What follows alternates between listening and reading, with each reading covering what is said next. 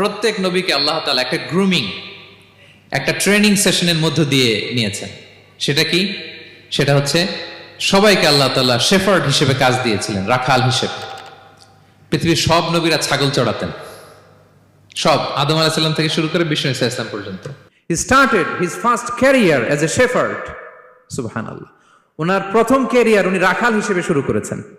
রাখালরা যে কাজ করে, অর্থাৎ মরুভূমিতে ভেড়া, ছাগল, তারপর বকরি, দুম্বা, এই চড়ানোর কাজগুলো দিয়ে বিষ্ণু ইসা ইসলাম তার ক্যারিয়ার শুরু করেছেন এজ এ শেফার্ড। বিষ্ণু ইসা ইসলাম বলেন, সহিহ বুখারীর বর্ণনা, মা বাআসাল্লাহু নাবিয়্যান ইল্লা রাআল গানাম। আল্লাহ তাআলা এই পৃথিবীতে এমন কোন নবী পাঠায় নাই যে নবীরা ছাগল চড়ায় নাই। সুবহানাল্লাহ পড়বেন না? সাহাবারা বললেন, ওয়া আনতা ইয়া রাসূলুল্লাহ, হে আল্লাহর নবী, আপনিও ছাগল চড়িয়েছেন? বিষ্ণু ইসা ইসলাম বললেন, নাআম, আমিও ছাগল চড়িয়েছি। ওয়া কুনতু আরআহা আলা কারারিত লি আহলি মক্কা। আমি অল্প কিছু মজুরির বিনিময়ে, অল্প কিছু টাকার বিনিময়ে, সামান্য কিছু পারিশ্রমিকের বিনিময়ে মক্কার লোকদের ছাগল চড়িয়ে দিতাম। সুবহানাল্লাহ পড়েন। কেন সব নবীকে দিয়ে আল্লাহ ছাগল চড়ালেন? এই ট্রেনিং সেশন, গ্রুমিং সেশন কেন? কারণ ছাগলকে একসাথে বসানো কঠিন। ছাগল একটু কি বল, একটু টেরা টাইপের প্রাণী, কথা শুনতে চায় না। ধরেন যে সারা সপ্তাহ আপনি খুব ব্যস্ত, একদিন সুযোগ পাইছেন সপ্তাহে যে আজকে আমি ফ্রি আছি, যাই পুকুরে যাই, আমিও গোসল করি, ছাগলটারও গোসল করাই। এটা ধরে যদি এখন পুকুরের দিকে টান দেন, কি করবে?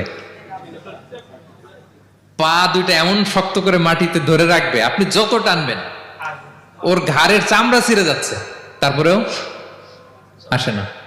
এরপর ছাগলগুলোর একসাথে রাখা কঠিন। একটা নেচে ওদিকে যায়, আরেকটা লাফ দেয় এদিকে, আরেকটা ওইদিকে। এদেরকে যদি কেউ একত্রিত করতে পারে, তাহলে এই জাতিকে, মানব জাতিকে একত্রিত করা তার জন্য একেবারে সহজ, পানি ভাত, ঠিক কিনা? এজন্য আল্লাহ এই মানব গোষ্ঠীর উপর লিডারশিপ কায়েমের আগে ছাগল চড়িয়েছেন। এবং যারা মরুভূমিতে ছাগল চড়ায়, যে শেফার্ড গুলো, যেই রাখালগুলো, তাদের অনেক শক্তিশালী হইতে হয়। গায়ে শক্তি না থাকলে ছাগল চড়ানো যায় না, কিন্তু লাঠি নিয়ে হই হই করে পিছনে দৌড়াইতে হয়, নেকড়ের ছোবল থেকে ছাগলগুলোকে রক্ষা করতে হয়, বাঘ, নেকড়ে এগুলো থেকে বাঁচাইতে হয়। তার মানে এটা করার মধ্য দিয়ে এই জাতিকে কিভাবে জাহান্নামের আগুন থেকে বাঁচাবে, নবীদের ওই ট্রেনিং হয়ে যায়। সুবহানাল্লাহ।